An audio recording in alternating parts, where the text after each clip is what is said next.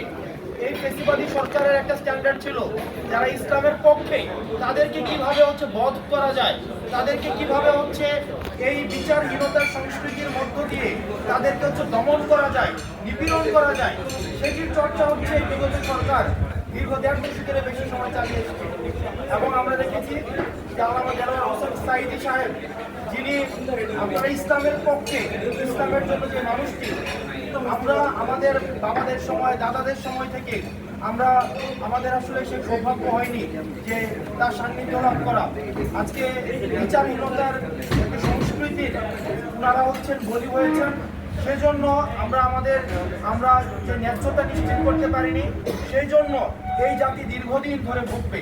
আমরা যে ন্যায্যতা দিতে পারিনি, আমরা আমাদের জায়গা থেকে চেষ্টা করব আমরা যেন আর অতীতে ফিরে না যাই।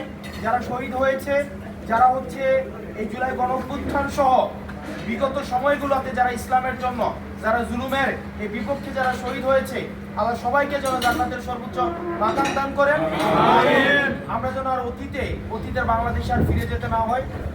আমাদের ভবিষ্যতের বাংলাদেশটা হবে যেখানে সাম্প্রদায়িক সম্প্রীতি থাকবে, যেখানে আমরা অন্য ধর্মের যারা আছে, অন্য ধর্মের যেন সর্বোচ্চ স্বাধীনতা তারা পায়, সেটির জন্য আমরা সর্বোচ্চ সচেষ্ট থাকব। এবং ইসলামকে ব্যবহার করে যেন কেউ, ইসলামের নামকে ব্যবহার করে যেন কেউ দেশে কোনো ধরনের অনিষ্ট সৃষ্টি করতে না পারে, সেটির জন্য আমরা সতর্ক থাকব। এবং আমরা সবাই সম্মিলিতভাবে এই যে আদার পলিটিক্স যেন আর বাংলাদেশে না আসে, আদারাইজ করা যেন না আসে, আমরা সবাই যেন সম্মিলিতভাবে আমরা সুখী সমৃদ্ধ আমরা একটা বাংলাদেশ গড়তে পারি, যেখানে প্রত্যেকটা মানুষ নাগরিক হিসেবে বেড়ে উঠবে, প্রত্যেকটা মানুষ সরকার নাগরিকের কাছে দায়বদ্ধ থাকবে।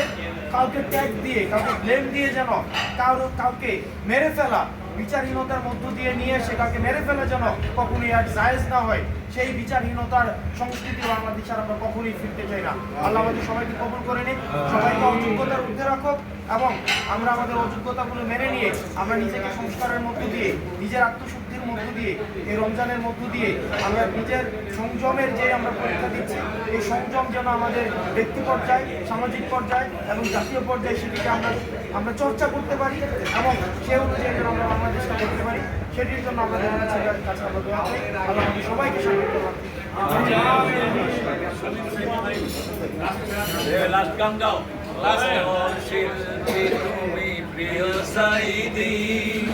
তোমাকে জানাই সালাম।